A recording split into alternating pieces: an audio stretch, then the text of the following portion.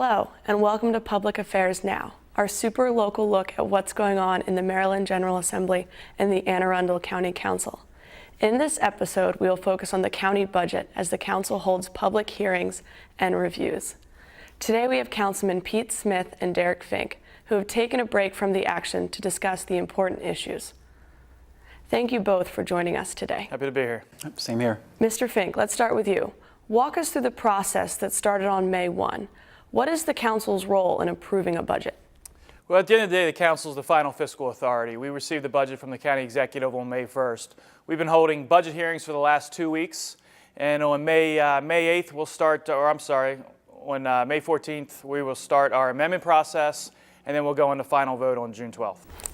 So the council's very busy. Council's been very busy. It's a full-time job in May and into June. I think, we certainly put our hours in over the course of this month. Mr. Smith, what do you think are the most important parts of the budget? Well, I think certainly since for the last several decades, we've had a budget structure that was pretty consistent.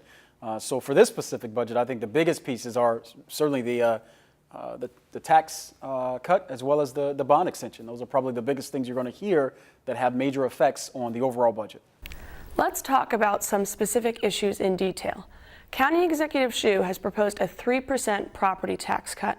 What is your position on that, Councilman Fink? Well, I'm a strong supporter of less taxes. Over the last 4 years, I've successfully supported an income tax reduction.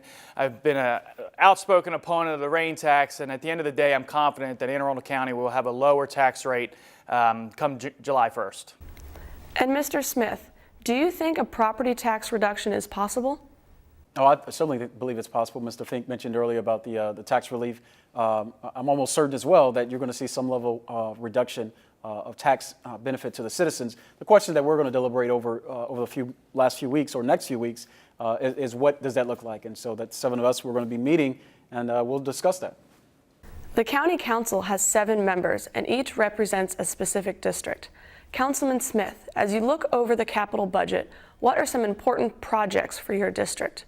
Can you tell our viewers what area your district includes? So some of the areas that are in District 1 are Severn, Hanover, Jessup, Linthicum, Glen Burnie, Ferndale, Brooklyn Park. So those are some of the bigger pieces of District 1. And I think more than likely the one that unifies all of those cities is probably crime. And so I think as long as we continue to invest in crime, low property taxes, the stormwater restoration fund or water WPRF, that's going to fund about $100-some million worth of projects in that area. I think that's important. And so over this budget, we're going to be looking at how can those projects benefit District 1. And Councilman Fink, you represent areas of North County. Tell us about your district and some of the capital improvement projects that are important to you. Absolutely. I represent District 3, which is all of Pasadena, and I've got a portion of Glen Burnie as well. And this budget does Pasadena fair. We've got High Point Elementary finally on the roll. With the feasibility study and construction and planning money, so I'm really excited about that. The budget adds 20 new police officers in the county, which I think is extremely important. It's something that I was advocating for last year as well when we added 30. And to Pete's point on crime, I think it's very important that we support this police department. I think this budget does that fairly. We've also got some new lights coming to our sports fields up in Pasadena, which I think is very, very important. And of course, the Pasadena Library.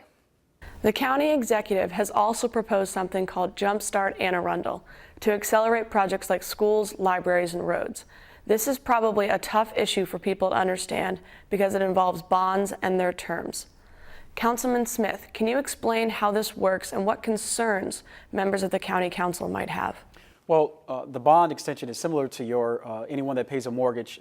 Right now we pay a 20-year rate on our mortgage, and we're in the process of extending that to 30 years. And like your regular mortgage, when you have a lower term, you're going to pay more of a premium, but your annual monthly payment is going to be less. And so it extends your capital, your ability to do things in the immediate future. But long term, it certainly adds to the debt or the cost of that same project. And so that's probably the concern that most folks would probably be worried about. I think the question needs to be answered is that initial or that extending that debt, is that worth the value that's given to the community? Mr. Fink, do you support longer bond terms? I think it's a big question. It's one of the biggest questions of this council, or this budget rather, and the council's debating. Are the projects that we're getting today going to be worth the additional debt that we're going to take over the next few years? I think it makes a lot of sense to extend bonds on assets that are going to last over 30 years, schools, buildings, and that sort. But I think we really got to think long and hard. Does it make sense to pay interest on projects that are no longer around, police radios and that type of thing? So I think there's a happy medium that we can balance out and provide longer bonds for projects or assets that are going to last much longer than 20 or even 30 years. Today, the council spent time discussing potential new schools for Old Mill in Millersville and Crofton. Councilman Smith, can you give us a sense of the issues related to those projects?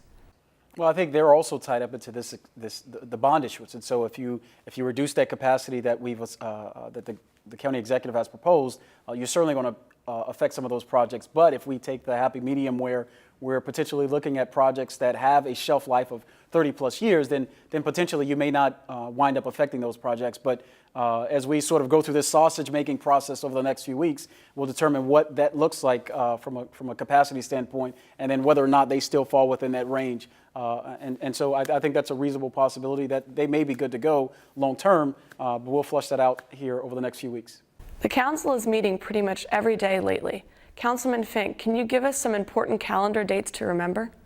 Yeah, absolutely. The council, as I said earlier, we've been in budget hearings for the last 2 weeks, and ultimately we're going to have what is hopefully our final vote on June 12th for the budget that'll take effect on July 1st.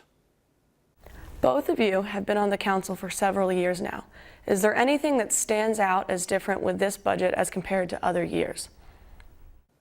Yeah, I'll take that. I think stuff that we've alluded to during this session is that for the first time we're really debating our debt policy, and does it make sense to take on additional 10 years of debt in order to get the projects today? And also, the property tax cut is something that we really haven't debated in the last 4 years since I've been on the council with the recession and everything that we've been going through. Times are getting a little bit better, and the conversation is certainly involved in the cutting taxes and bringing on more capital projects. I think for me, certainly when I came on a couple of years ago and served for that initial 18 months, we were in a transition of just the budget previously. They were dealing with furloughs and cutting positions and things like that. And it's sort of good to be in a position where now we're at least stabilizing our fiscal long-term perspective.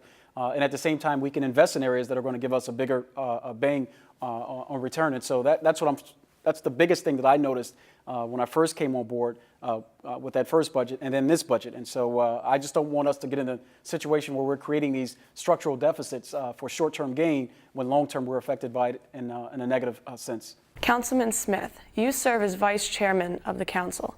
In that role, have you gotten a sense of where your colleagues stand and what parts of the budget could be changed?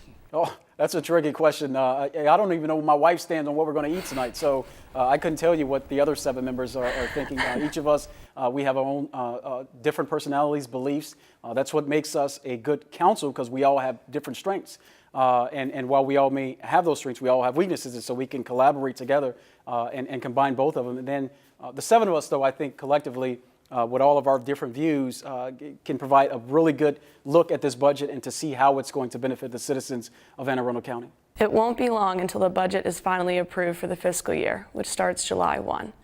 Thank you to our guests, Councilman Derek Fink and Pete Smith.